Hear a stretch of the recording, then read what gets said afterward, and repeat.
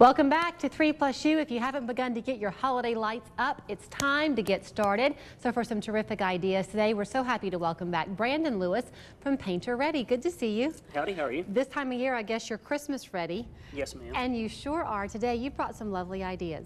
Basically, what I'd like to do is just tell folks a little bit about the different options that are out there, whether they're lighting their own home or if they're having someone come out. Okay, let's start with what you have in your hand, because this kind of a light, this is what we use at our house. Does this tend to be the most popular, Brandon? These are the most popular lights that you'll probably see. White has been holding sway for about a decade now as the color or bulb of choice. And these are just tiny little mini incandescents. There's in a 100 strand, and they're probably about 50 foot long. And then I guess the new generation of minis, what things are moving to are the LEDs, and these use... Oh, I see the difference now. Yes, ma'am. They use a fraction of the power of the other ones, which means that you know, you don't have to watch your utility bill change so much during the Christmas season, and they don't produce heat. And lastly, the bulbs tend not to break or burn out like the other ones. And then you don't have the whole strand that goes. True. Excellent. Okay, now you also brought, I'll hold these, and you also brought some larger bulbs with you. I think these are really fun. Yes, ma'am. These are your old traditional C7s. Basically, they're just, you see the filament on the inside. I like those just for feelings of nostalgia. You have their larger cousins. These are called C9s.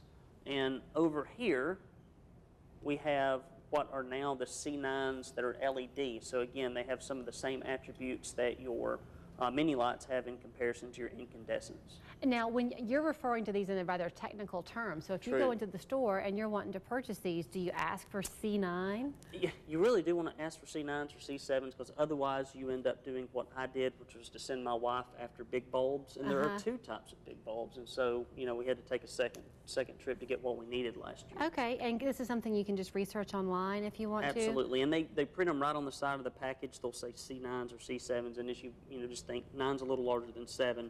If I've got two bulbs and I want to get the larger one, I'm going to go with the C9. All right, simple math. All right, I love the reindeer you brought. It's a nice take on a rather old tradition now, but he's really pretty. Well, he's doing all right. He's a gold. You can pick these kinds of things up at most of your local hardware stores. The thing that I would tell folks is if you're going to install these in your home is to make sure that you anchor with some usually like metal wire or something these so that they don't blow over throughout the course of the year. True. And if you have an old deer and you wanted to add some color to it, can you spray paint something like this? Well, absolutely, you could. A lot of times these things, and if you look here, this has just been spray painted with a glitter paint when it was manufactured, likely overseas. So, I mean, you can certainly take old decorations, and if you've got some time on your hands, and if you're crafty, you can put them back in good shape, or maybe even retro. Sometimes people will take these old classic yard decorations and turn it into something new by changing the color pattern. Very fun. Okay, wreaths, a popular thing this time of year. I'm going to put the lights down a minute, but you've brought a huge wreath with you, Brandon. This is lovely. This is like a 60-inch wreath. Homes have to be rather large for this to look right in proportion. My little house in Brainerd, if you'd hung this on it, I don't know that it would look quite right, but there are homes. Don't put this on your front door? Yes, no, it would not work.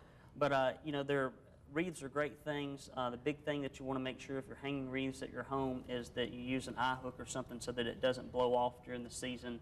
And if you're going to put in your Christmas lights, it's usually best to just wrap them on individual branches instead of wrapping them around, because it lets it fluff out a little better. And then storing these after the holidays, it's a whole nother topic, I know, but is it a good idea to try to just have some insulation or something that you wrap it in? How do you store it?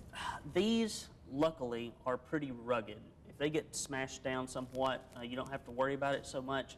But some of your wreaths, particularly ones that maybe someone puts together in Hobby Lobby for their front door or maybe inside their home, are very delicate, so you have to be careful. But these are pretty rough and tough, and if they get smashed down, you can fluff them back up. All right, so now this time of year, people are used to you as being painter ready. Can they come to you and get ideas for their house to decorate? Absolutely. They just have to go online and at Christmas Ready Chat, CHATT.com, and of course the same old phone number works, and that's 648-4408.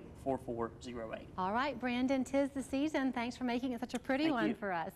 3+U is back with more right after this.